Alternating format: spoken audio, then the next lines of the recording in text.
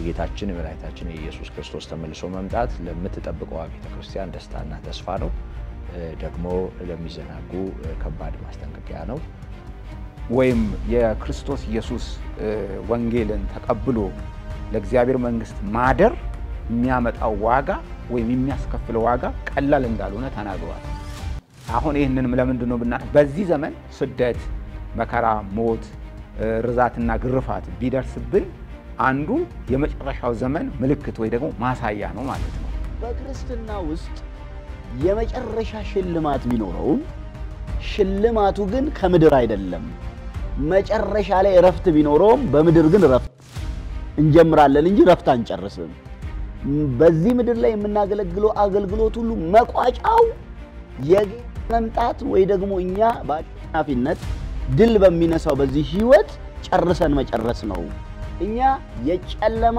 ዓለም መንግስትን የሚገለብጥ የሞት ፍርሃትን የሚደመስስ እውነት ነው በእጃችን ያለ ብዙ አማልክት የሚያመልኩ መገኛቸው የማይታወቅ ልምምድ የሚያደርጉ የሚጨስና የሚቀባባ እልፍ ነገር ያላቸው በተጋረደ መጋረጃ ውስጥ ሚስጢር በሚመስል የቆመ አጋንንት እየተመለኩባቸው ባሉበት ቦታ ያሉ ሰዎች በኩራት ቀብረር ብሎ ሲኖሩ በአደባባይ ራቁን የተሰቀለው ደግሞ ስለ ነፍሳችን ቤዛ የሆነው ወደ ቅድስት ስለኛ የገባው ኢየሱስን በማመናችን ምክንያት ሳይኮሎጂካሊ ቶርቸር አደረገናል እንድንጠላል ጆን የረከሰው ውሻ የሆነ ሰው አድርጎ እንደዛም ስለስሙ እኮ ነው ኢየሱስን እንደ ምንድነው ያስተሳሰባችን ማዳመቂያ አድርጎ ማመንና ኢየሱስ ያለው ትክክል ነው በሰው ህይወት የሚሆን ነው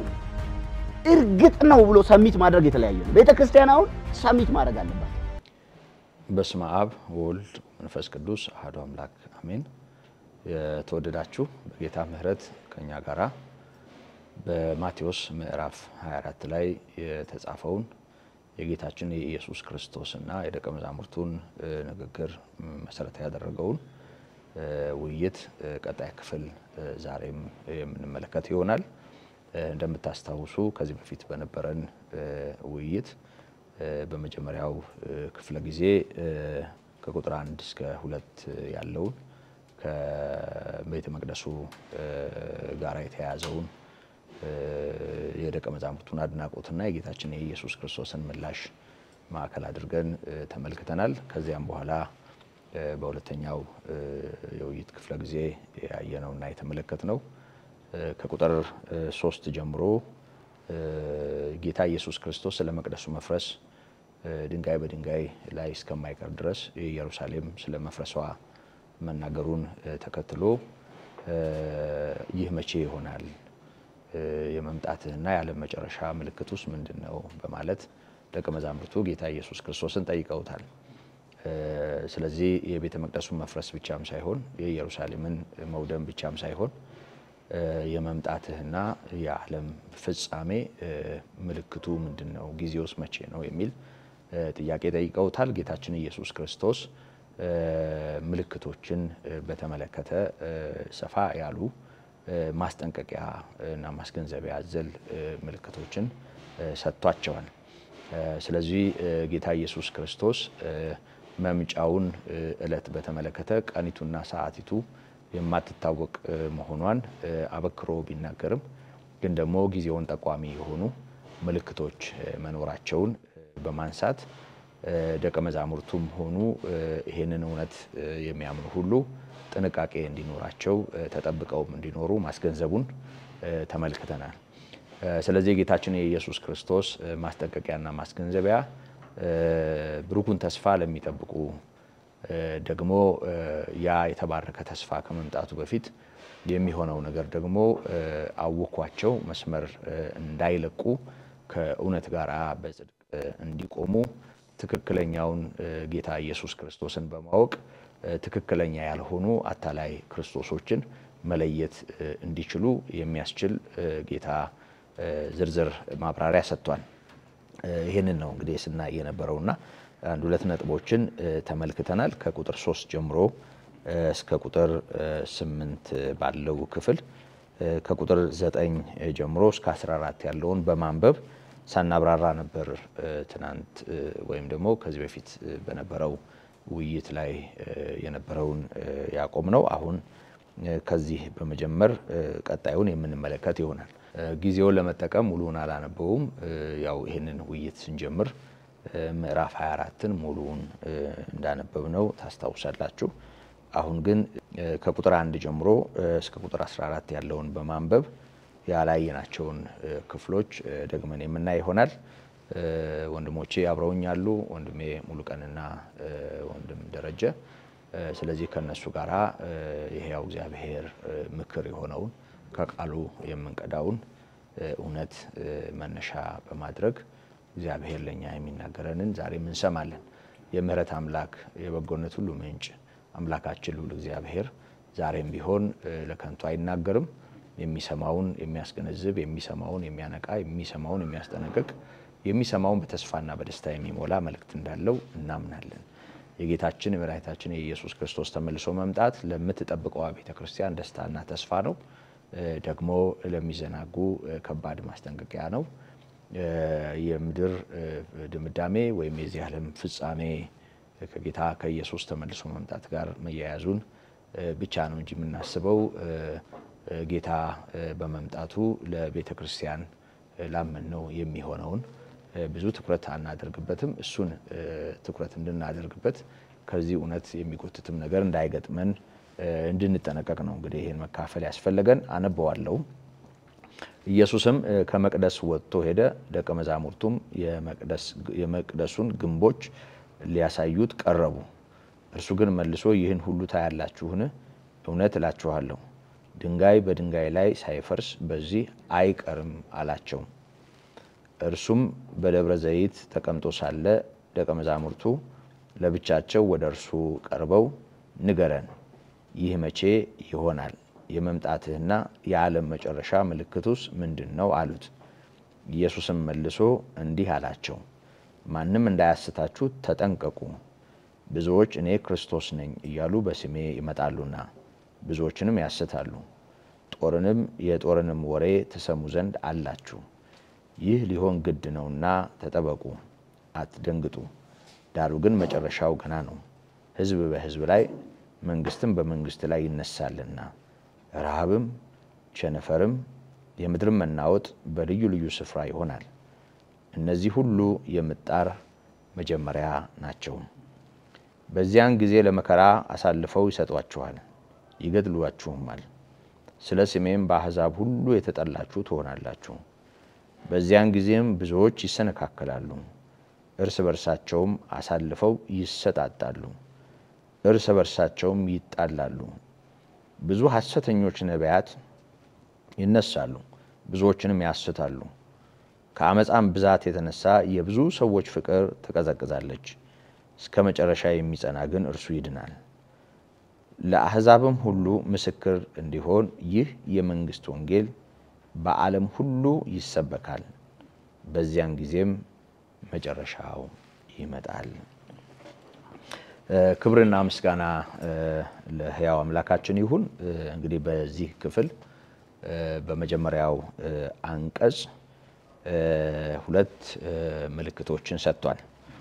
አንደኛው እኔ ክርስቶስ ነኝ እያሉ በስሜ ብዙ ሐሰተኛ ክርስቶሶች ይመጣሉ፣ መምጣት ብቻም አይደለም ብዙዎችንም ያስታሉ በማለት ብዙ ሐሰተኞች መምጣታቸው ብቻም ሳይሆን እነሱን የሚከተሉ መኖራቸውን፣ የሚስቱ መኖራቸውን፣ የሚወድቁ መኖራቸውን የሚያስገነዝብ ማስጠንቀቂያ ሰጥቷል።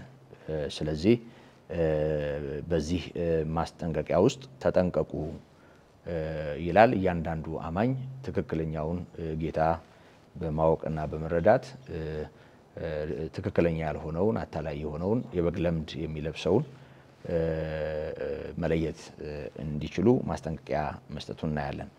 ሁለተኛው ጦርና የጦርን ወሬ ተሰሙ ዘንድ አላችሁ በማለት ያንንም ተከትሎ ሕዝብ በሕዝብ ላይ መንግስትን በመንግስት ላይ ይነሳል። ረሃብም ቸነፈርም የምድርም መናወጥ ወይም መንቀጥቀጥ በልዩ ልዩ ስፍራ ይሆናል ይልና እነዚህ ሁሉ የምጣር መጀመሪያ ናቸው ይላል።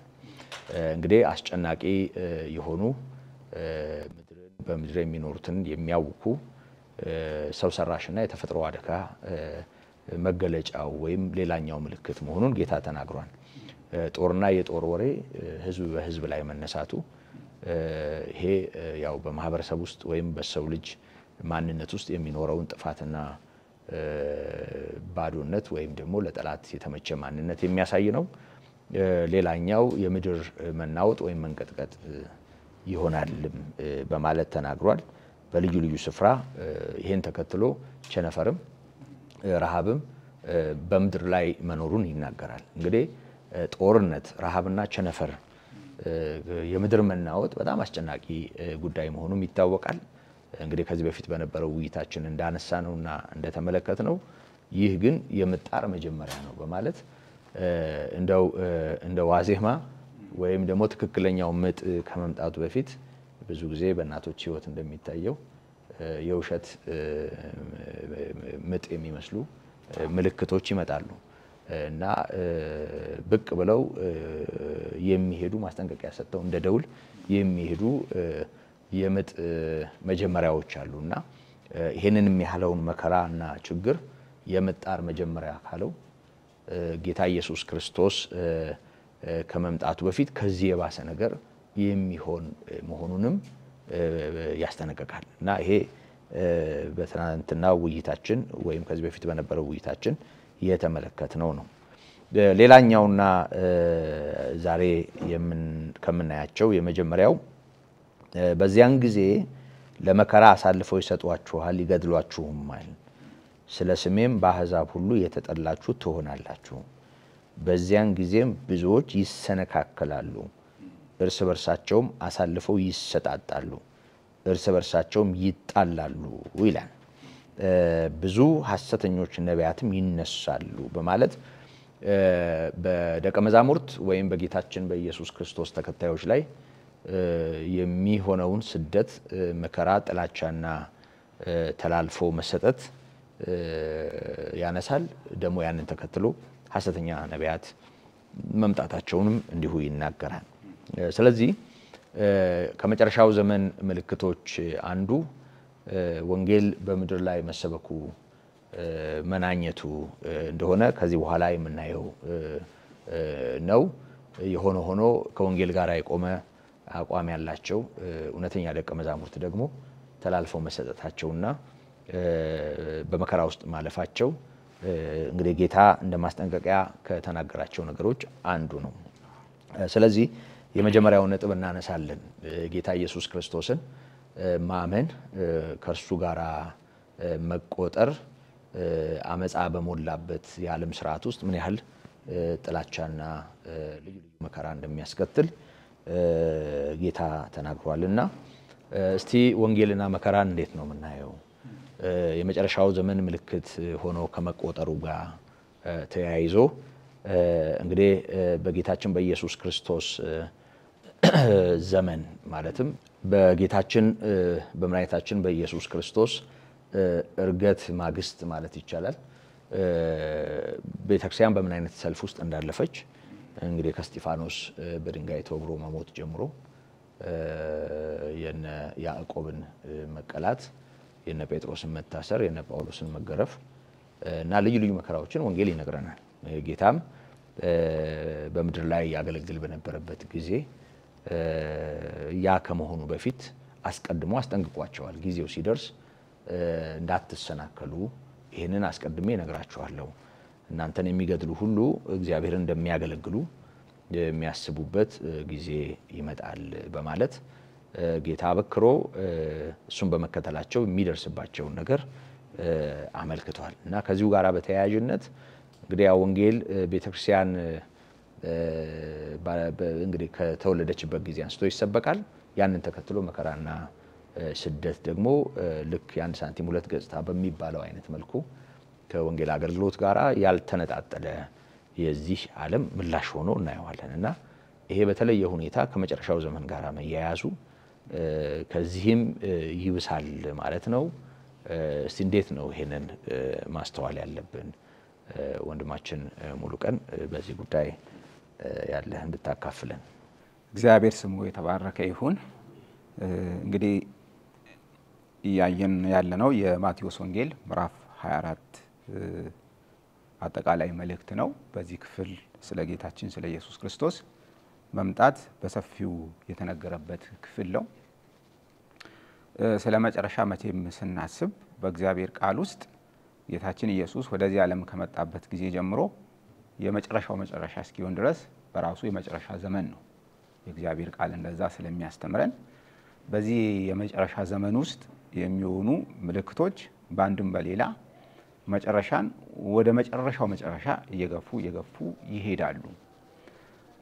አንዱ ይሄ ነው። ሁለተኛው ከጊዜ ጋር ተያይዞ እንግዲህ ጌታ የእርሱ ደቀ መዛሙርት ደግሞም ቤተክርስቲያን ጥንቃቄ እንድታደርግ ምልክቶችን ሁሉ እንድትለይ ጌታ እያሳሰበ እያስተማረ ይገኛል። በታሪክ የሚታወቅ አንድ ነገር አለ። ጌታ ኢየሱስ ከመምጣቱ በፊት በእስራኤል መምህራን መካከል እንደየቡድኑ ማለት ነው ስለ ጊዜ የተለያየ ሐሳብ አለ።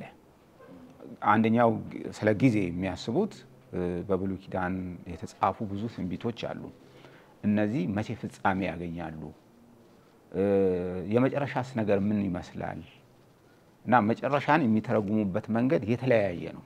ስለዚህ ሐዋርያት ይህንን በጥቂቱም ቢሆን ሊያውቁት ይችላሉ። በማህበረሰብ ውስጥ ስለ መጨረሻው ስለ ጊዜ ስለ መጨረሻ ስለ እግዚአብሔር መንግስት ስለ ህዝቡን እግዚአብሔር እንዴት ይቤዣል የሚሉ ብዙ ነገሮች አሉ። ጌታ ግን ደቀ መዛሙርቱን ለአዲሱ ኪዳን አገልግሎት እያዘጋጀ ነው ያለው። ማስተማር ማሰልጠን አቅጣጫ ማስያዝ ነበረበት። ደግሞም ይሄንን ነው እያደረገ እዚህ ጋር ምናየው። ለምንድን ነው ይሄንን ያነሳሁት? እንግዲህ በአይሁድ መካከል ስለ መጨረሻው ዘመን ስለ መጨረሻው ጊዜ የሚወራው ስለ እስራኤል ትንሣኤ ነው። የአሕዛብን መንግስታት ስለማሸነፍ እና ዝብርቅርቅ ያለ ነገር አለ ማለት ነው። ጌታ ግን አሁን አንድ እነሱ ሊያውቁት የሚገባ ምልክት እየተናገረ ነው።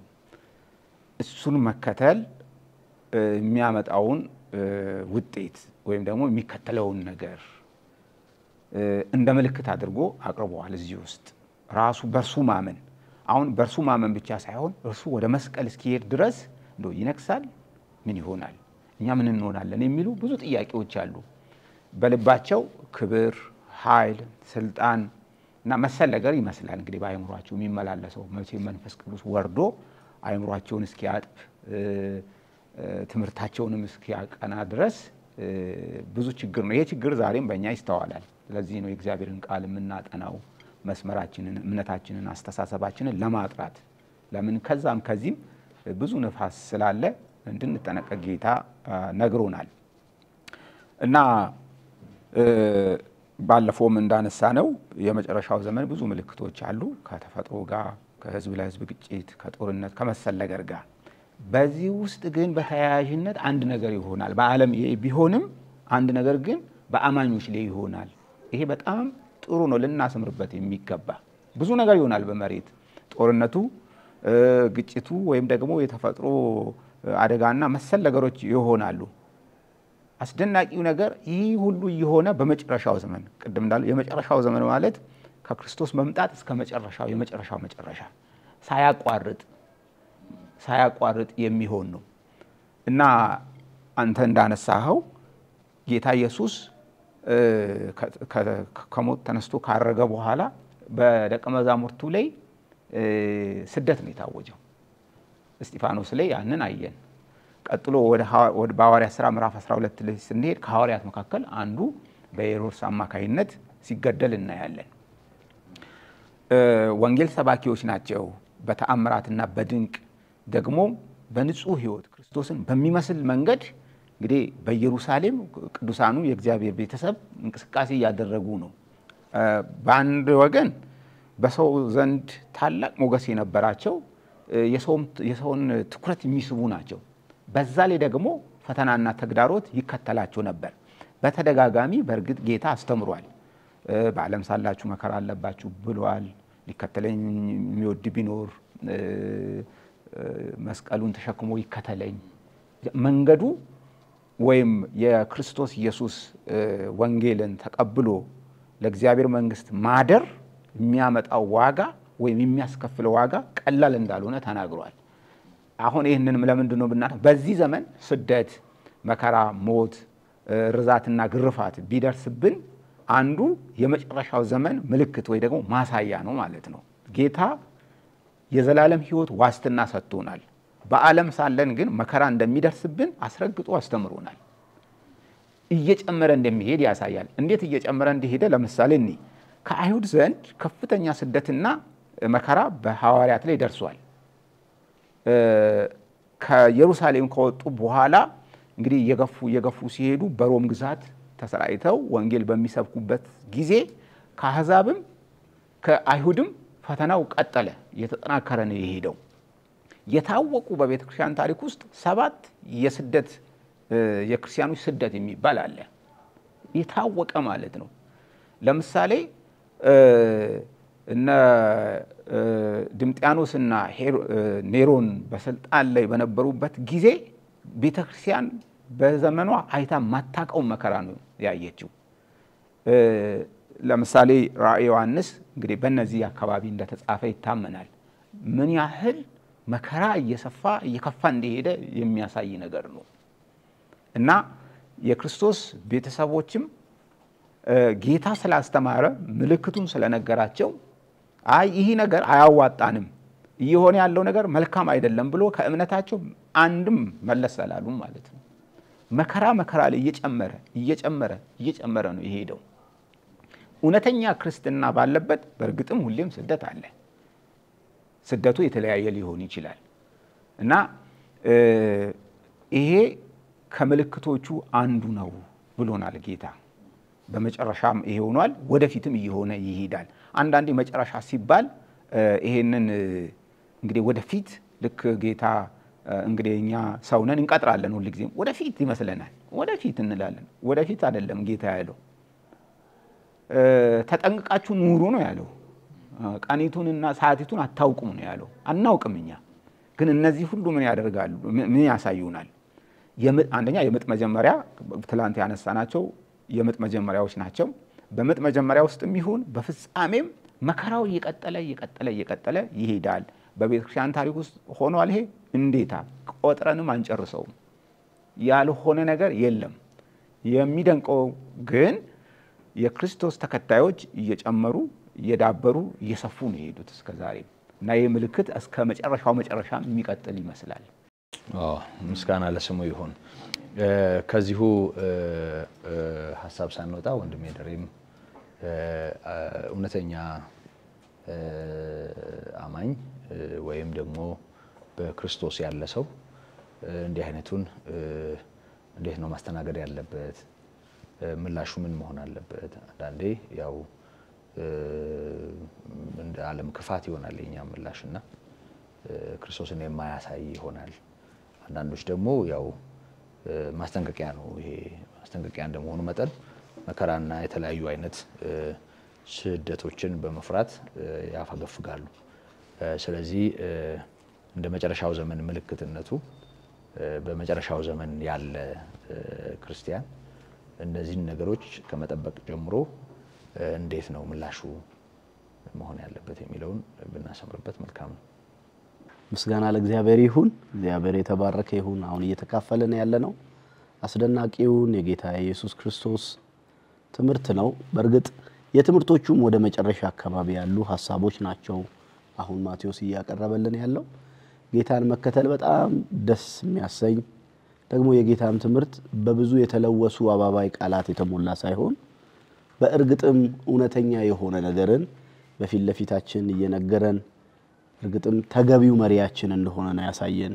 አይቶ ነው የመራን በስነ ስርዓት ስለሱ ነው እየተነጋገርን ያለነው። እግዚአብሔር የተባረከ ይሁን። ክርስትና የመንገዱ ተከታዮች ይባላሉ። የመጀመሪያ አማኞች ክርስቲያኖች የመንገዱ ተከታዮች ተብሎ ነው የሚታወቁት።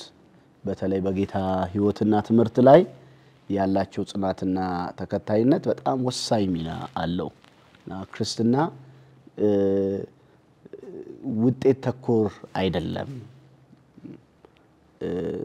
ስኬት ተኮር አይደለም እና የመንገዱ ትክክለኝነት ነው እንጂ ውጤቱ ሞትም ሊሆን ይችላል ውጤቱ ረሃብም ስደትም እንግልትም መከራም ሊሆን ይችላል ከውጤት ጋር አይገናኝም ክርስትና ከመንገድ ጋር ከምንሄድበት ከምንከተለው ፍኖት ጋር መንገዱ ጋር ነው በጣም የሚያያዘው ክርስትና እና በደንብ ነው ይሄንን የሚያጎላ ሐሳብ ያለው ያንዳንዶች በታሪክ በቤተክርስቲያን ታሪክ ያንዳንዶች አማኞች መስዋዕትና መከራ መቀበል ለብዙ ሰዎች መዳን ምክንያት ሲሆን እናገኛለን ያንዳንዶች ደግሞ የቅዱሳን መበተን ምክንያት ሲሆን እናገኛለን እና ከውጤቱ ጋር አይገናኝምና ስለመጨረሻ ዘመን ስናወራ በተለይ ይሄ አሁን በጣም ኮንሱመር የሆነ ግላዊ የሆነ ከጥቅም ጋራ ምን አገኝበታለሁ ምን እጠቀማለሁ ከሚል የክርስትና አስተሳሰብ ጋር የሰውን ፍላጎት እየተከተለ ከሚሄድ አስተምሮትና የትምህርት ልምምድ ጋራ ክርስትና በዚህ የእግዚአብሔር ቃል ሚዛን ሲመዘን የታል ክርስትና ነው የሚያስብለው አሁን ጌታ ያስተማራቸው በቤተ ክርስቲያን ወይ በአማኞች መካከል አራት ትልልቅ ቻሌንጆች ያጋጥማቸዋል ብሎ የተናገራቸው አራቱ ጉዳዮች ኋላም መልካም የሚሆኑት ሁለቱ ጉዳዮች እንደ ሥራ እንደ ሽልማት የተሰጡት አንዱ የጸና ይድናልና ወንጌል በዓለም ሁሉ ይሰበካል የሚለው ሁለቱ ሐሳቦች በደንብ የሚያጎላ ትልልቅ ነገሮች አሉት መከራ የክርስትና አንደኛው ገጽ ነው እነን መካድ የለም የጌታ ትምህርት አሁን ጌታ ያስተማረውን ነው መጨረሻ ላይ ፕራክቲካል ላይፋችሁ ላይ ይሄ ነው የሚያጋጥማችሁ ነው ያለው እና በትምህርት የተነገረው ነገር ነው ወደ ህይወት የተለወጠው ጌታም እሳት ልጥል ነው የመጣውት አለ እናት ከልጅ አባት ከልጅ አማች ከምራት እንዲ የተለያዩ የሚኖሩበት ህይወት እንደሆነ ነው ጌታ የልዩነት ምክንያት ነው ጌታ ኢየሱስ ከዓለም የተለየንበት ቤተክርስቲያን ከዓለም የተለየችበት ምክንያት ነው ክርስቶስ እዚህ ክፍል ላይ በጣም ትልልቅ ነገር የሚነሱት ነገሮች ሁሉ በስሜ የሚል ነው ዓለም ላይ ብዙ አይነት ቻሌንጆች አሉ የቀድሙ ከላይ እስከ 8 ድረስ የተነሳው በአጠቃላይ አጽናፍ ዓለሙ ላይ የሚከሰት ምልክት ነው አሁን ግን በስሙ ያመኑትን ሰው ታርጌት ያደረገ ነው በስሙ ያመኑትን ሰዎች ነው ይሄ ደግሞ በጣም ልዩ ያደርገዋል እንግዲህ የሐዋርያትም ትምህርት የጌታም ትምህርት በክርስትና ውስጥ የመጨረሻ ሽልማት ቢኖረውም ሽልማቱ ግን ከምድር አይደለም መጨረሻ ላይ ረፍት ቢኖረውም በምድር ግን ረፍት እንጀምራለን እንጂ ረፍት አንጨርስም በዚህ ምድር ላይ የምናገለግለው አገልግሎት ሁሉ መቋጫው የጌታ መምጣት ወይ ደግሞ እኛ በአሸናፊነት ድል በሚነሳው በዚህ ህይወት ጨርሰን መጨረስ ነው ጸንተን የመጨረስ ህይወት ነው የሚለውን የሚያሳይ አጠቃላይ መልከታ ነው ያለው እስኪ አሁን ጥያቄ ግን እንጠይቅ በመስቀል ላይ የሞተን ጌታ እያመንን በመከራ ያለፈን ጌታ እያገለገለ ያለ አንድ ሰው እኔም መከራ አያቀኝም እኔም ከኔ ተማሩ ብሎ ተናግሮ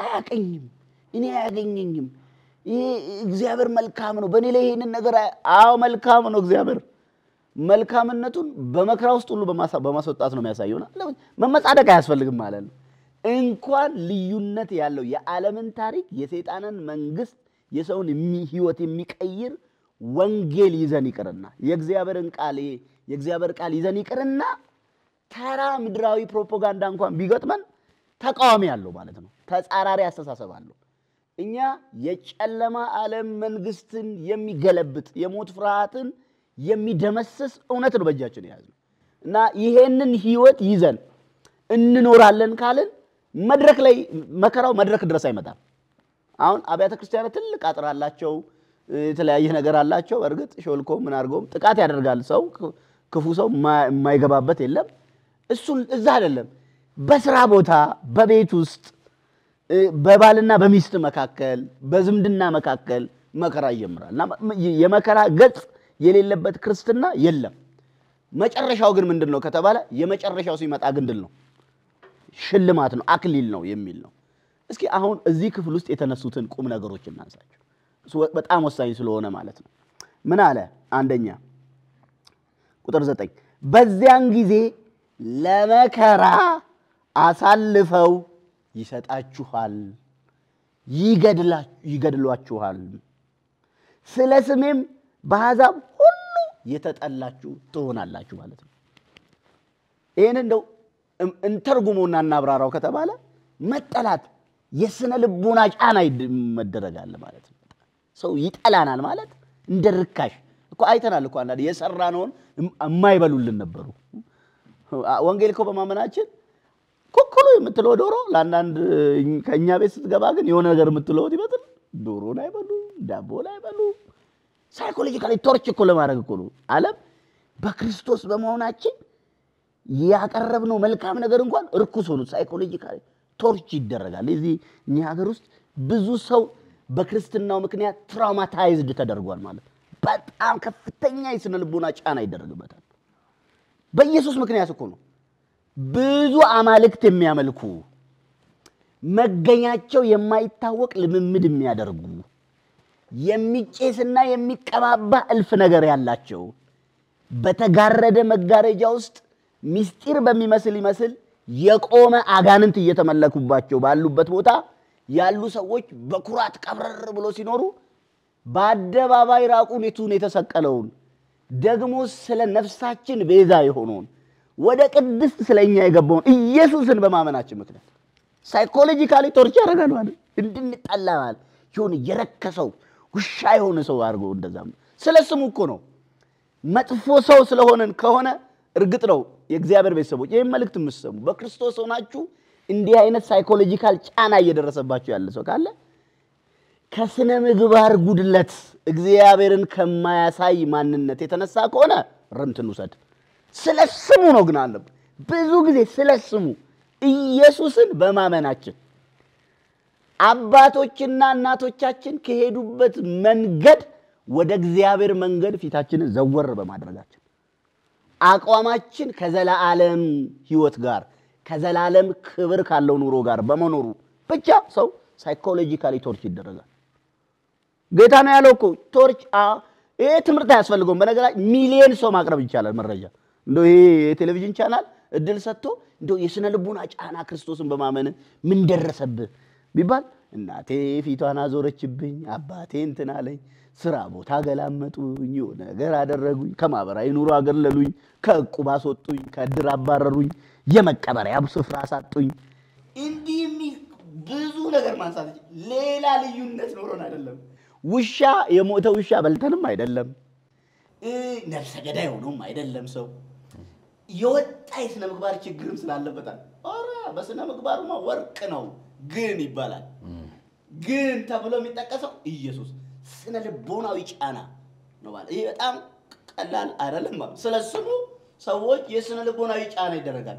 በነገራችን ላይ በዓለም ታሪክም እንደው ክርስቲያን ነኝ ምናምን ማለት እንዳልተማረ ራሽናል እንዳልሆነ የማሰብ ክህሎቱ ዝቅ እንዳለ ምክንያታዊ ሳይሆን ዝም ብሎ ሐሳባዊ እንደሆነ እኮ የሚያቀነቅን እኮ ርዕዮተ ዓለም መጥቶ እኮ ኢትዮጵያ ላይ እንኳን እኮ ተንሰራፍቶ ሐሳባውያን ምናምን እየተባሉ እኮ ሰዎች መከራ በልተዋል ሰዎች። እና ሰው ይጠላል ማለት ነው ስለስሙ። ሌላም እሱ ብቻ አይደለም እኮ ሰዎች አሳልፈው ይሰጣሉ። ነገራችን ላይ ቆይ ኮሚኒስት መንግስትና በስመ አብ ብሎ የሚጀምር ሃይማኖት ምን አገናኛቸው? በአብ በወልድ በመንፈስ ቅዱስ በአንድ አምላክ ስም አምናለሁ የሚልና የኮሚኒስት አስተሳሰብ ምን ያመሳሰላቸዋል? ብዙ እኮ ኮሚኒስት ሀገሮች እኮ አሳልፈው ይሰጧቸው የነበሩትን የወንጌል አማኞችን በስመ አብ ብሎ የሚጀምሩ ክርስቲያኖች እኮ ናቸው። በአብ እናምናለን፣ በወልድ እናምናለን፣ በመንፈስ ቅዱስ እናምናለን የሚሉ እኮ ናቸው። እነዚህ ሐሳውያን እነዚህ እንግዳ ትምህርት የሚያስተምሩ ብሎ እኮ ለመከራ ለጨካኝ መንግስት ተላልፎ ሰዎች የተሰጡት እና ብዙ ሰው በብዙ መንገድ አስጨናቂ ነገር ስራ ቦታውን ያጣ ያለ ምን አሁን እዚሁ የተናገረ እዚሁ ማለት ነው። በነገራችን ላይ አሁን እንዴት ነው የዓለም ስርዓት ራሱ ተጋይታ ካልደፈረሰ አይጠራም እንደሚባለው የሆነ ጠራ ያለ የነጻነት ንፋስ በዓለም ላይ ሁሉ አለ ሰው ሐሳቡንም አስተሳሰቡንም ምንም ይኖራል በዛ ሐዋርያ በነበሩበት ዛት እኮ ገበያ ሲከድ ለጣዖት መስዋዕት አቅርቦ ታሞ ሐኪም ቤት ቢከድ ሐኪም ነው የሚባለው እንኳን ጠንቋይ የሆነ ክፉ በአድም ልምምድ ያለው ትምርት ቤት ቢከድ ትምርት ቤቱ ጭንቅላት ተኮር ሳይሆን ከአማልክት ጋር ኮኔክት ከማድረግ ጋር የሚገናኝ ዝብርቅርቅርቅ ያለ ኑሮ ውስጥ እኮ ነው ክርስትና ሰንጥቆ ዛሬ የኖረው ዛሬ ላይ ቀርበን መመጻደቅ የለብንም ዛሬ መልኩ ተቀይሮ ይቀየራል እንጂ ሰው ለክፉ ተላልፎ ይሰጣል ብዙዎች አሳልፎ ሰጥተውና ወንድሞች የምንላቸው አብረን የበላን አብረን የጠጣን ምስጢር ያወራን ያውቁናል የምንል አቤት አረፍን ያሉ አብረውን በደንብ እኮ ለሆኑ ሰዎች አሳልፎ ሰጥተውናል ማለት ነው ማለት ቀላል አይደለም ስለስሙ ነው ስለ ሌላ ባህሪያችን ስለ ንፉግነታችን ስለ ሌብነታችን ስለ ዝሙት ስለ አመጻም ስለ ሌብነትም ስለ ዘረኝነትም ጥቅመኛ ስለመሆንም ስለ ሙሰኝነትም ስለዛ አይደለም ስለስሙ እልፎች ተገድለዋል ይገደላሉ እዚህ ሀገርም እንኳን አሁንም ድረስ ስለስሙ ሰዎች ይገደላሉ እና ምን ታዲያ ምን አመጻደቀን መምረጥ ነው ኢየሱስን እንደ ምንድነው ያስተሳሰባችን ማዳመቂያ አድርጎ ማመንና ኢየሱስ ያለው ትክክል ነው በሰው ህይወት የሚሆን ነው እርግጥ ነው ብሎ ሰሚት ማድረግ የተለያየ ነው ቤተክርስቲያን አሁን ሰሚት ማድረግ አለባት ከሁሉም ሃይማኖት ጋርኛ በሰላም የመኖር ፍላጎትና አቋም ነው ያለን የያዝነው ወንጌል ግን የሌሎችን ሰላም ይነቀንቃል የያዝነው ጽድቅ ያመነው እውነት የሌሎችን እውነት ይቃወማል ይሄንን ማስመሰል አንችልም አሁን ሰው የሚድነው ጌታ ኢየሱስ ክርስቶስን በማመን ብቻ ነው እንላለን እማይሉ ሚሊዮኖች አሉ እኛ ማጆሪቲ ቮት ማይኖሪቲ ራይት አይደለም የእግዚአብሔር እውነት የሰው ሁሉ እውነት መሆን አለበት ብለን ነው ኢየሱስ ነው የሚያድነው አሁንም የሚያድነው በመስቀል ላይ የተሰቀለው የሞተው ከሙታን የተነሳው በአብ ቀኝ የተቀመጠው ዳግመኛ የሚመጣው የናዝሬቱ ኢየሱስ ያድናል ስለዚህ ስም የሚመጣ የትኛውንም መከራ የትኛውንም ነገር ቤተክርስቲያን እየተቀበለች ማለፍ አለበት ይሄንን ማመሳሰል የለም እኛ የኢኮኖሚ ሪፎርም የአስተሳሰብ ሪፎርም የፖለቲካ ሪፎርም ለመስራት አልመጣንም ሰው ከኃጢአት የተነሳ ተበላሽቷል ለምሳሌ እኔ ደረጀ በቃ ስለሌላ ሰው ለማለት እኔ ያለ ኢየሱስ ሙት ነኝ ኃጢአተኛ ነኝ በደለኛ ነኝ ተስፋ የሌለኝ ነኝ የሞት ፍርሃት ነበርብኝ የነዚህ ሁሉ ጥያቄዎቼ መልስ በብዙ መንገድ በህይወቴ ልምድ ሞክሬ ያውቃለሁ እንደ ሁኔታዬና እንዳስተዳደጌ የናዝሬቱ ኢየሱስን ግን የህይወቴ ጌታና አምላክ አድርጌ ስቀበለው ነፍሴን የዋጃት ቤዛ አድርጌ ስቀበለው አረፍኩ በሞት ብኖር በገባ የት እንደሚሄድ እርግጡን ተስፋ በመንፈስ ቅዱስ ተረድተናል እንደዚህ ነው አሁን ይያለ ስለስሙ ነው አሁን ቤተክርስቲያን መከራ የተቀመቀበል ያለባት ስለስሙ ነው ከመንግስት ጋር በመጋጨት ብሔርተኛ በመሆን ሙስና በመቀበል የፖለቲካ ወገንተኛ በመሆን በዚህ የምትቀበል የቅዱሳን ጉባኤ የክርስቶስ ቤተክርስቲያን ብትኖር ጌታ ሽልማትም የለውም ዋጋም አይሰጠው ይሄ አይደለም ምልክቱ የእውነተኛው ምልክት ስለስሙ የሚሰጥ መከራ ነው ስለዚህ ወንድሜ እንዳነሳው ክርስቲያኖች ስለስሙ ከሥራ ቦታ እስከ ትዳር ከጉርብትና እስከ ዝምድና ከአካባቢ እስከ ሀገር ከሀገር እስከ ዓለም አቀፋዊ ጉዳዮች ላይ ልዩነት ይፈጥራል በዚህ ምክንያት ቤተክርስቲያንም ቅዱሳንም መከራ ይቀበላሉ መከራ የመስቀሉ መንገድ ሲሆን መጨረሻው ግን ትንሳኤ ነው ስሙ ለዘላለም ይባረክ እግዚአብሔር ይመስገን የክብር አምላክ ሁሉን ያስታወቀን ጌታ ምስጋና ይድረሰው ከዚሁ ርዕስ አንወጣ እንደው አንድ ሁለት ጥቅሶችን በማንሳት ወደ ቀጣዩ ብንሻገር መልካም ነው ከዚሁ ከማቴዎስ ወንጌል ምዕራፍ 5 ከተራራው ስብከት ቁጥር 11 እና 12 ላይ በተጓዳይ ደግሞ ሉቃስ 6 ቁጥር 22 ላይ ያሉትን ጥቅሶች እንደው ያንዳንዱ በክርስቶስ ምክንያት መከራ የሚቀበል ሁሉ ሊያስተውለው ይገባል ወንድሜ ደሬ በደንብ አንስቶታል።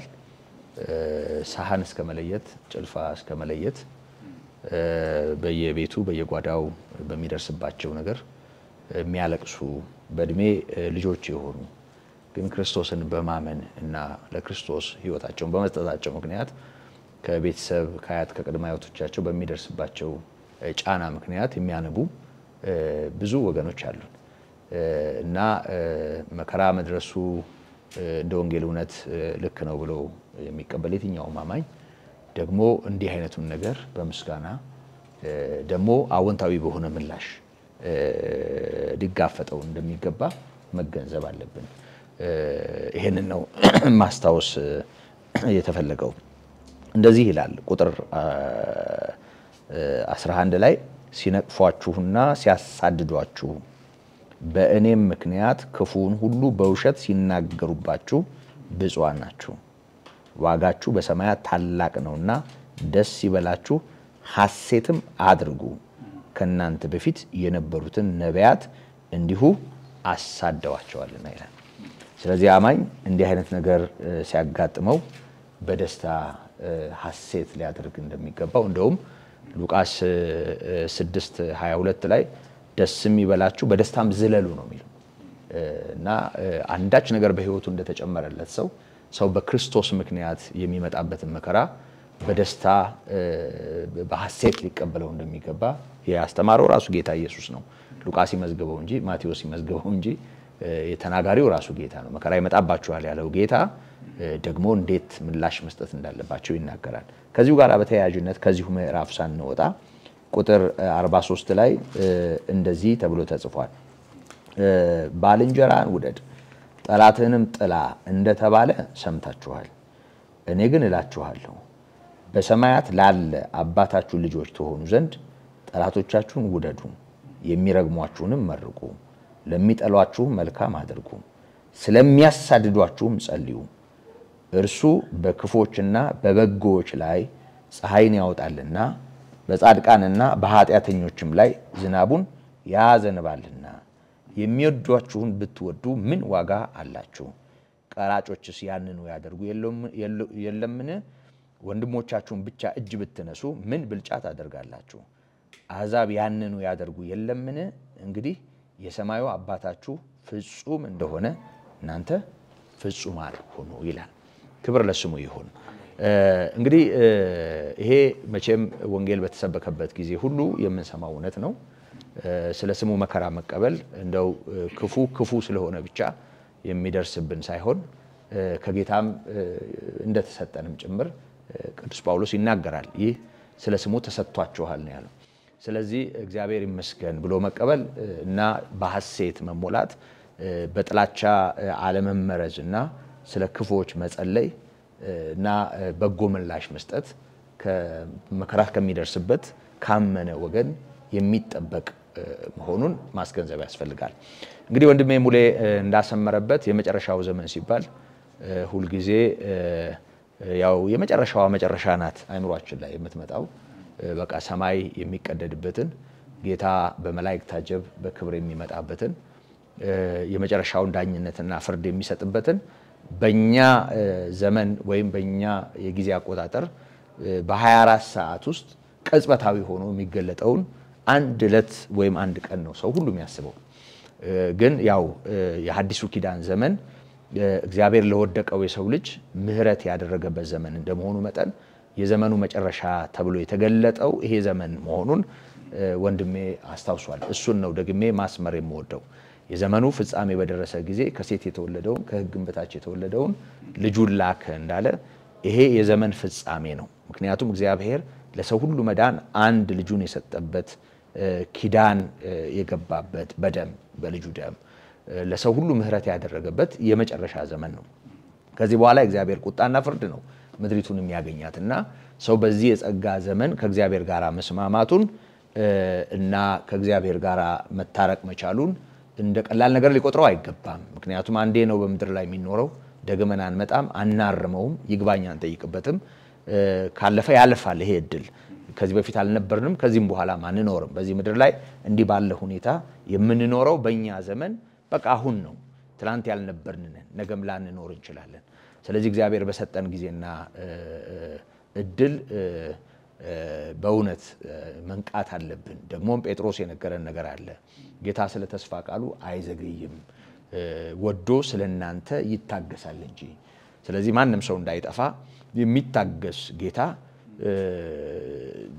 በትዕግስት ነው ህዝቡን የተሸከመው እንጂ የጌታችን የኢየሱስ ክርስቶስ ዳግመኛ መምጣት በደጅ እንዳለ እያንዳንዱ አማኝ ማስተዋል አለበት ከዛ ባሻገር የጊዜ ስሌትንም በተመለከተ ወንድሜ ሙሌ በደንብ አንስቶታል ደግሜ አንድ ነገር አሰምራለሁ ሺህ ዓመት በእግዚአብሔር ፊት እንደ አንድ ቀን ነው አንድ ቀንም እንደ ሺህ ዓመት ነው ስለዚህ ጌታ ኢየሱስ ክርስቶስ ከሙታን ተነስቶ በክብር ካረገ በኋላ እንደው ያለውን ዘመን ስናይ እንግዲህ 2000 ዓመት ነው እንግዲህ በከልደቱ ጀምሮ ባለው ስሌት የሚታወቀው ያ 2000 ዓመት በእግዚአብሔር ሂሳብ 2 ቀን ነው ያለፈው ገና ሶስተኛው ቀን ገና ማለዳ ላይ ነው ያለነውና 3 ቀን እንኳን አልሞላውም ማለት ነው በእግዚአብሔር ስሌት እና ደሞ ጴጥሮስ ይሄን ሲናገር ነው ዝም ብሎ ቀለል ባለ ሁኔታ አይደለም ይሄን አንድ ነገር አትርሱ ነው ያለው በእግዚአብሔር ዘንድ 1000 ዓመት እንደ አንድ ቀን እንደ 1000 ዓመት እንደሆነ ይሄን አንድ ነገር አትርሱ ጌታ ስለ ተስፋ ቃሉ አይዘገይም ወዶ ስለናንተ ይታገሳል እንጂ ነው ያለው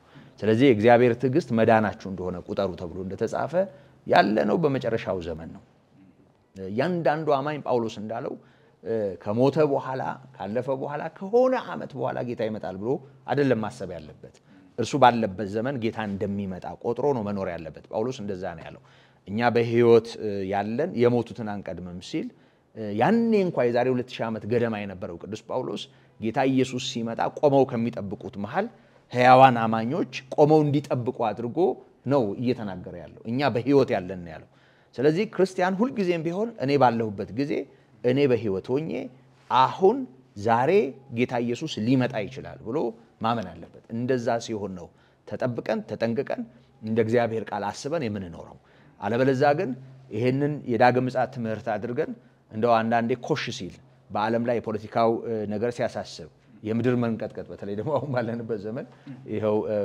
እንግዲህ በታሪካችን ከምናውቀው በተለየ መልኩ እንግዲህ አልፎ መሬት ተንቀጠቀጠ ሲባል ሰምተን እናውቃለን አሁን ግን ሁላችንም ሴንስ በመናደርገው ሁኔታ ትንሽ ነቅነቅ ያረጋን ነው ይሄው በቅርቡ ሳምንት ባልሞላ ጊዜ ውስጥ በየዕለቱ የሆነ ነገር እየተሰማን ያለ ነው እና በዚህ አይነት ሁኔታ ውስጥ ያለንኛ በቃ ይሄን ስናይ እንደው ሄደን መጽሐፍ ቅዱስ መፈለግ ምን ይላል የመጨረሻው ዘመን በዚህ ዙሪያ የሚያወሩ ሰዎችን ሰብስበው ኢንተርቪው ማድረግ ሁሉም የየራሱን ቅዠትና የየራሱን ህልም አንዳንዴም ከእግዚአብሔር ቃል ብቻ አይደለም እያነሳ እንዲናገር እና ያንን ለማዳመጥ ከመንቃት የእግዚአብሔር ቃል ያለንን ጥርት ያለውን በዘመናት ተፈትኖ ታምኖ እጃችን ላይ ያለውን እግዚአብሔር ቃል የጌታችን የኢየሱስ ክርስቶስን ማስገንዘቢያና ማስጠንቀቂያ ማስተዋል ተገቢ ነው ስለዚህ ወገኖቼ እግዚአብሔር ይወደናል አንድ ልጁን ስለኛ አሳልፎ ሰጥቷል እንድንጠፋ አይፈልግም ስለዚህም እውነቱን አስታውቆናል በጌታ ሆናችሁ በመከራ ውስጥ የምታልፉ ሰዎች ይህ ስለ ክርስቶስ ተሰጥቷችኋል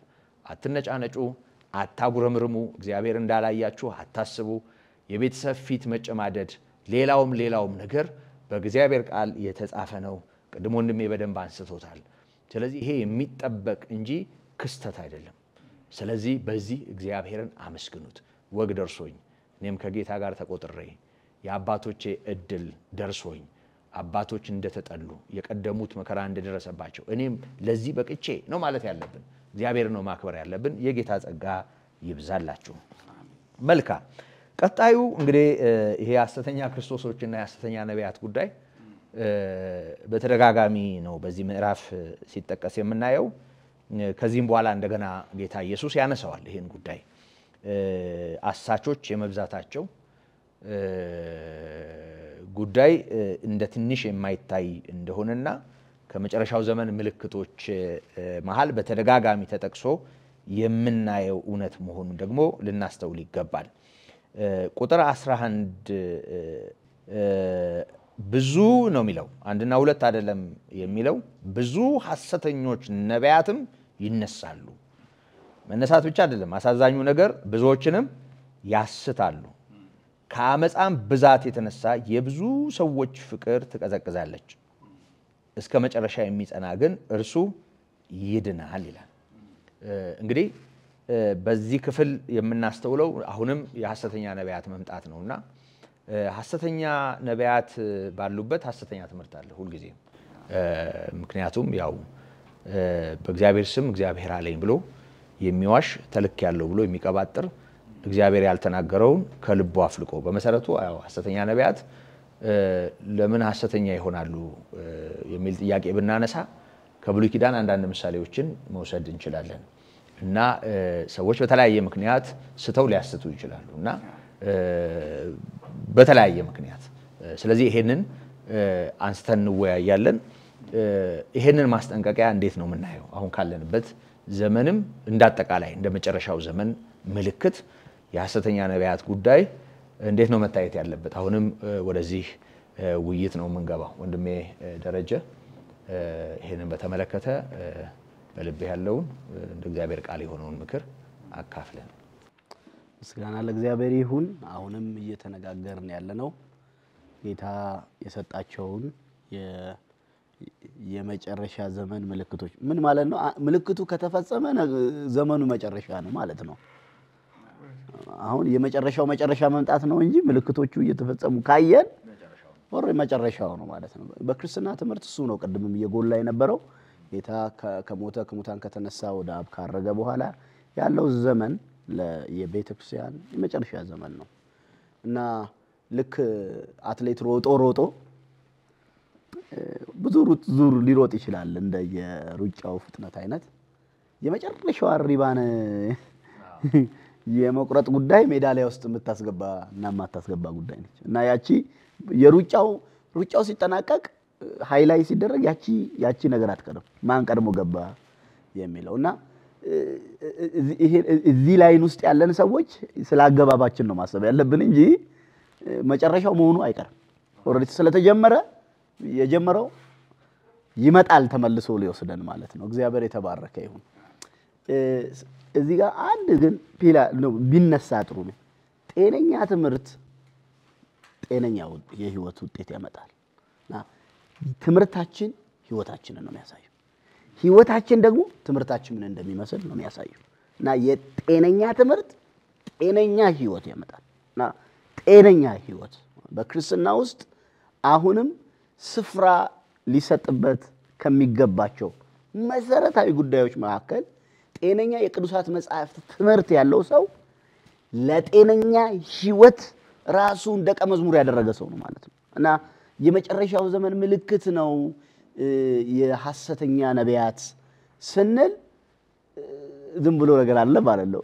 መጀመሪያ የሚያስጎስሙት ነጋሪት አላቸው የሚነገር ንግርት አላቸው ከኋላ ማለት ነው ትምህርቶቻቸው እንግዲህ ስለ ሐሰተኛ ነቢያት ስናስብ በዚህ ዘመን ከትምህርት ባለፈ ስም እየተጠቀሰ በዚህ ምክንያት ብለን መናገር የምንችልበት ጊዜ ላይ ነው ያለነው አሁን ትምህርት አይደለም ይሄ ነገር በአደባባይ ደግሞ እንትንም የላቸውም ይሄ ሀፍረትም የለም ማለት ነው አንዳንዴ ስልጡን ሌባ አለ እነዚህ ግን ፍጥጥ ያሉ የእግዚአብሔርን ህዝብ ሊቀሙ የመጡ ሌቦች በጣም ብዙ ናቸው ማለት እንደ አይሸን ማለት ነው በሪሞታችን ፈልገን እናገኛቸዋለን ቤታቸው ሜዳ ያስፈልግ ቤታችን ይመጣሉ ማለት ነው እና በጣም ብዙ ነው ማለት ስለዚህ ብዙ ማውራት እንችላለን ግን ዋነኛው ነገር አይደለም ዋነኛው ነገር ዋናችን ጋር ስለመጡ ነው እንጂ የነሱ ነገር ዋና አይደለም ዋናችን የክርስቶስ ደም ያፈሰሰላትን ዋጋ የከፈለላትን ቤተክርስቲያን የሚያምሱ ስለሆኑ ነው እንጂ ምናነሳው ዋና ጉዳያችን ክርስቶስ ነው ዋና ጉዳይ የሐሰተኛ ነቢያትን ጉዳይ በቅዱሳት መጻሕፍት ከተጻፉ መሰረታዊ ነገሮች መካከል የእግዚአብሔርን ማዕከል ወደነሱ ይስባሉ አንዱ ነው ይሄ ህዝቡ በእግዚአብሔር መገኘት ዙሪያ ነው የብሉይ ኪዳን ህዝብ ሲሰበሰብ የነበረው የሐሰተኛ ነቢያት ሐሳብ የነበረው በእግዚአብሔር ፍቃድና ሐሳብ ዙሪያ ይሰበሰብ የነበረን ህዝብ በእነሱ ሐሳብና ፍቃድ ዙሪያ እንዲሰበሰብ ነው የሚያደርጉት በብሉይ ኪዳንም አሁንም በተግባርም ያሉት ዋናው የእግዚአብሔር ማዕከል ወደ እግዚአብሔር የተሰበሰበን ህዝብ ወደነሱ ዙሪያ እንዲሰበሰቡ ያደርጋሉ ማለት በልዩ ምታታዊ ሐሳብና ልምምዶች እግዚአብሔር በልዩ ከተናገረበት መናገሪያ የበለጠ የተናገረው አፕዴት የሚያደርገው መልእክት የለው እና ልዩ መልእክተኛ ክርስቶስ ከተናገረውና ከሰራው ትምህርት ውጪ የሆነ አዲስ ነገር የሚያመጣ ሁሉ እንግዳ ልምምድ አጋንንታዊ ልምምድ ነው ባዕድ ትምህርት ነው ማለት ነው ሰዎችን ወደ ክርስቶስ የሚያመጣ ሰዎችን በክርስቶስ ወደ ተመሰረተ ህይወት የሚያመጣ አገልግሎት ነው ያሁን ቤተክርስቲያን ያላት ንጉሱ አልተሻረም የቤተክርስቲያን ራስ ከስፍራው አለቀቀም በስፍራው ነው ያለው ማለት የኢየሱስ ህይወት ትምህርት እና አኗኗር በቤተክርስቲያን ውስጥ እንዲታይ ነው የሚያስፈልገው እና ከዚህ ውጪ ሰዎችን የሚያስፈነግጡ እንደማለት ነው አሁን ምናወራቸው ሐሰተኛ ነቢያት ምንድነው ሳይላኩ የሚናገሩ ማለት ነው አሁን ቤተክርስቲያን የተላከችው አንድ መልእክት አላት ወንጌልን ስበኩ የሚል እውነት ዘላቂ ለወንድ ለሴት በኢትዮጵያ በቻይና በየትኛው አጥናፍ ዓለም ውስጥ በክርስቶስ ያለን ደህንነት የተቀበሉ ሁሉ የመንግስቱ ወንጌል ምስክሮች ነው የመሆን ስፍራ የተሰጣቸው ጊዜያዊና ጥቃቅን ችግሮችን የሚፈታ መልእክተኛ ሆነን አይደለም የተላከ የዘላለም ጥያቄን የሚፈታ መልእክተኛ ሆነን ነው የተላከው እና እነዚህ ሐሰተኞች ምንድነው የሚያደርጉት በስራ ነው ይገለብጡት ማለት ነው በቃ ተራ ለማድረግ ማለት ነው እንደው በክርስቶስ ከተገኘው ነገር ሁሉ የሆነ የቀረን መንፈሳዊ ጉድለት እንዳለብን የሆነ የቀረን መንፈሳዊ ብቃት እንዳለብን አድርጎ የሚያቀርቡ ማለት ነው እና ትምህርት አላቸው ልምምድ አላቸው አሁን የልምምዳቸውም የትምህርታቸው መለኪያውን ጤነኛ ይሁኑ አይሁኑ መለኪያው ምንድነው ከተባለ ጤነኛው በአካል ውስጥ ነው ጤነኛው ለአካሉ መታነጽ ነው ጤነኛው ለመንግስቱ ወንጌል ስራ ቤተክርስቲያን ማዘጋጀት ነው ከዚህ ውጪ ያለ የትኛውም ልምምድ እንግዳ ልምምድ ነው ባዕድ ልምምድ ነው እግዚአብሔርን የማያሳይ ልምምድ ነው የናዝሬቱ ኢየሱስንም የማይገልጥ ልምምድ ነው ስለዚህ ጌታ ኢየሱስ ከተናገረው መካከል አንዱ እነዚህ ሐሰተኛ ነቢያት ይነሳሉ ነው በነቢያት ዘመን በብሉይ ኪዳን ነበረ በሐዋርያት ጊዜ ነበሩ አሁንም አሉ ነገም ይኖራሉ እና የመጨረሻ ዘመን ነው ስንል እግዚአብሔርን የቆሎ ጓደኛ የሚያደርጉት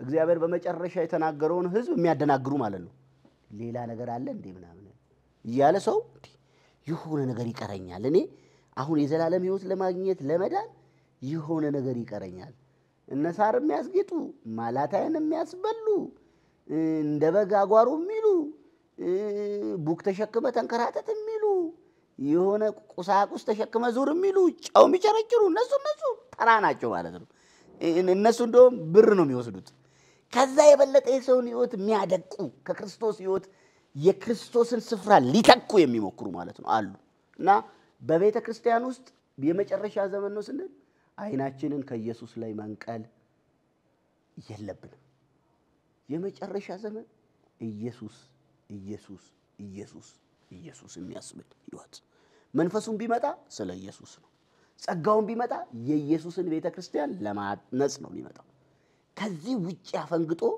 የክርስትናን መሰረታዊ ትምህርት ሪዲፋይን የሚያደርግ አባዳዊ እንቅስቃሴ የእግዚአብሔር ጉባኤ ምልክት አይደለም ጌታ ያለውን ግን ቀጥታ ማለቱ በዚያን ጊዜ ብዙዎች ይሰናከላሉ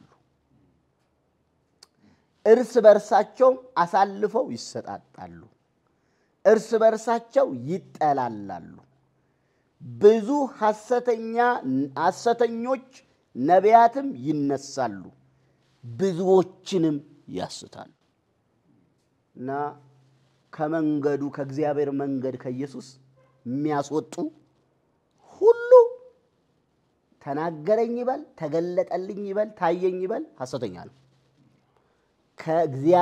የእግዚአብሔር መንገድ አሁን ኢየሱስ ነው ወደ ሰማይ የሚያስገባ የህይወት መንገድ ኢየሱስ ነው ከዚህ ትራክ ሰውን የሚያስወጡ ሁሉ ኢየሱስን የሚያሳንሱ የኢየሱስ ምትክ ሊሆኑ የሚወዱሉ በክርስቶስ ቤተክርስቲያን ላይ ባሪያና አገልጋይ ከመሆን ይልቅ እንደ ጌታና እንደ አምላክ ስፍራ ያያዙሉ ሐሰተኞች ናቸው ያስታሉ ያሰናክላሉ ያጠላላሉ አመጽ ብዛት የተነሳ ደግሞ በቤተክርስቲያን ውስጥ ሊታይ የሚገባው ፍቅር ይቀሰቅሳል። ይሄ የመጨረሻው ዘመን አሁን ነገም የምንኖርበት ጌታ እስኪመጣ የሚቀጥል የቤተክርስቲያን እውነት ነው። ስለዚህ ጌታ ያለው ትክክል ነው ማለት ነው። ምን በሉ ተጠንቀቁ ያለው ተጠበቁ ያለው በእርግጥ ኢየሱስ እውነተኛ የሕይወታችን እረኛ ነው።